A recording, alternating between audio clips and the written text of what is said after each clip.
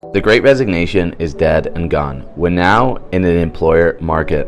My name is Joel Algie. I've been in the recruitment space for coming up to a decade, and when I talk to a lot of my connections in the recruitment space, they say that this is one of the most challenging job markets that they have experienced. Some of the signs that we're in a true employer market are clear. We're seeing a big shrink in remote jobs and a big initiative back to the office in the form of in-office jobs and hybrid jobs. Also seeing a return to long processes. About 18 months ago, I had clients that were willing to move people through the process quicker because it was harder to find talent. But now that they've got lots of applicants, lots of people they can interview, processes are taking longer and longer. We're starting to see lowball offers happen again. So you give the company your range, 80 to 100, and they come in with a strong 75. Here's what I'll say. I believe that this is short term. We saw this very similar thing happen at the beginning of COVID. We saw something similar happen in the Great Recession.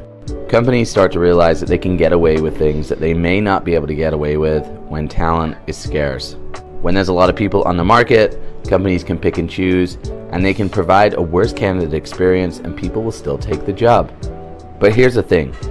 When the market returns back, when there's optimism, when people are hiring, when it gets harder to find talent, that's when recruiters like me come along and we'll offer you more money, a remote job, a better opportunity. So these companies that are acting in the short term aren't thinking about what happens when a better offer comes along, when the market gets better. They're not thinking like that. They're thinking extremely short term. So if you have to take a not ideal job right now, that's okay. Maybe that's your financial situation. But just know this is a moment in time. Think back a year ago. A year ago, everybody was moving and leaving and making more money. And now we're in a completely different market. Well, guess what? The same thing can happen in the future. Typically, these downturn markets don't last forever. They may last 9 months to a year.